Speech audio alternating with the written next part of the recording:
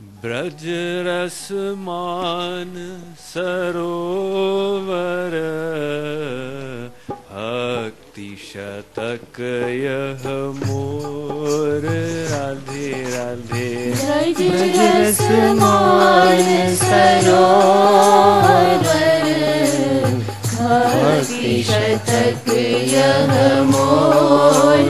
राधे राधे। दोहा number 32। भगवान अनंत है, भगवान की कोई सीमा नहीं है। भगवान का नाम ही वेदों में आया है, अनंतश्चात्मा विश्व रूपो ह्यकर्ता। भगवान के अनंत रूप, अनंत अवतार, भगवान के अनंत गुण, भगवान की अनंत लीलाएं, भगवान के अनंत धाम, भगवान के अनंत संत, ऐसा अनंत है भगवान। ग्रीस के बहुत प्रसिद्ध कवि हुए थे, जैसे हमारे भारतवर्ष में रामायण महाभारत हैं, तो उन्होंने ग्रीस के 2 एपिक्स लिखे थे, इलियाड एंड ओडिसी। तो ये जो होमर थे, इन्होंने कहा कि अगर 1000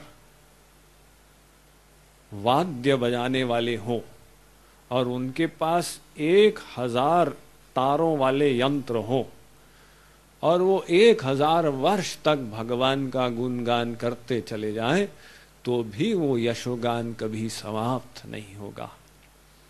इसी को हमारे शास्त्रों में कहा गया कि अनंत शेष, उनके 10,000 मुख हैं और वो 10,000 मुख से अनादिकाल से भगवान का गुणगान करते चले जा रहे हैं, लेकिन फिर भी वो कहीं समाप्त नहीं होता। तो ये एक सर्वमान्य बात है कि भगवान को नापना ये असंभव है। ईसाई धर्म के एक बड़े संत हुए सेंट ऑगस्टीन, उन्होंने बहुत लिखा भगवान के बारे में। तो एक दिन वो समुद्र के तट पर थे, उन्होंने देखा कि एक छोटा सा बच्चा, वो तट पर एक गड्ढा है, तो समुद्र से जल लेके अपनी अंजुली में उसके द्वारा गड्ढे में डालता है, बार बार बार बार। सेंट ऑगस्टीन की जिज्ञासा उत्पन्न हुई, ये क्या कर रहा है। उनने उस लड़के से पूछा। लड़के ने कहा कि मैं समुद्र को इस गड्ढे में भरने का प्रयत्न कर रहा। सेंट ऑगस्टीन ने कहा, ऐसा कैसे होगा, इतना विशाल समुद्र इस गड्ढे में कैसे भरेगा। लड़के ने कहा, तो तुम अपनी लिमिटेड शक्ति से भगवान का गुणगान करने का प्रयत्न कर रहे हो, तुम कैसे कर पाओगे। वो तुरंत समझ गए ये भगवान ही आए इस बालक के रूप में, मुझे अपना परिमाण बताने के लिए कि मैं कैसा हूं। तो उस भगवान को हम अपनी बुद्धि से नहीं समझ सकते। जो लोग समझने का दावा करते, मैंने भगवान को समझ लिया, उन्होंने भगवान को नहीं समझा, अपनी बुद्धि की लिमिट को समझ लिया। यानी जहां तक उनकी बुद्धि जा सकती थी बस उतना ही समझ लिया। जैसे एक तालाब हो गहरा और उसे नापने के लिए कोई 10 फुट का एक पैमाना लेके जाए, उसके अंदर डाले और कहे कि ये जो तालाब है ये 10 फुट का है, तो तालाब की गहराई नहीं बता रहा, अपने पैमाने की लिमिट बता रहा।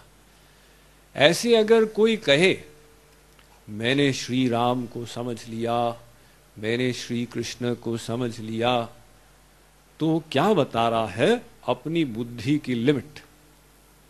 कृपालु जी महाराज कहते हैं, भगवान को कोई नहीं समझ सकता। कुरान शरीफ में लिखा है, या अय्युहु अल्लज़ीन व लिल्लाहिल गैबुस समावाती वल अर्ज़ी। हे ईमान वालों, जमीन और आसमान के भेद को खुदा के अतिरिक्त कोई नहीं जान सकता। और बाइबल कहता है My thoughts are not your thoughts and my ways are not your ways, for the heavens are higher than the earth and so are my thoughts higher than your thoughts and my ways higher than your ways. और हमारे शास्त्रों में तो भरा हुआ नैषा तर्केण मतिरापनेया कठोपनिषद, ये भगवान तर्क का विषय नहीं है। स एष नेति नेत्यात्मा ग्राह्य बृहदारण्यकोपनिषद, यतो वाचो निवर्तन्ते अप्राप्य मनसा सह, तैत्तिरीय उपनिषद, कि भगवान को नहीं समझ सकते। देखिए आपको प्रसंग बताया था ना कि श्री कृष्ण ने कहा गोपियों से यमुना मैया को बोल दो, अगर हमारे श्री कृष्ण अखंड ब्रह्मचारी है यमुना मैया मार्ग दे दे। दुर्वासा जी ने कहा यमुना मैया को बोल दो, अगर हमने आज दूब के अतिरिक्त कुछ नहीं खाया यमुना मैया मार्ग दे दे। अब इसको कोई बुद्धि से कैसे समझेगा कि श्री कृष्ण गोपियों के पीछे भाग रहे हैं और कहते हैं हम अखंड ब्रह्मचारी। तो भगवान की गति भगवान ही जाने, लेकिन भगवान को जानने का एक तरीका, वो क्या, अगर वो अपनी समझ हमें दे दे, यानी अपनी बुद्धि हमको दे दे, तो उसकी बुद्धि से युक्त जब हमारी बुद्धि हो जाएगी तब हम उसको जान पाएंगे। यानी भगवान को भगवान ही जान सकता। तो अगर भगवान अपनी समझ जीव को दे दे तो फिर कोई भी जीव भगवान की कृपा से भगवान को जान सकेगा। ये कृपालु जी महाराज यहां बता रहे हैं। समझ समझ सो शाम को समझ सका नहीं कोई, राधे राधे। समझ समझ सो शाम को समझ सका नहीं कोई, राधे राधे। समझ मिलई जब शाम की समझ सके बस सोय, राधे राधे। समझ मिलई जब शाम की समझ सके बस सोय, राधे राधे। समझ मिलई जब शाम की समझ सके बस सोय, राधे राधे। समझ मिलई जब शाम की समझ सके बस सोय, राधे राधे। तो शाम की समझ कैसे मिलेगी ये आगे बता रहे हैं। शाम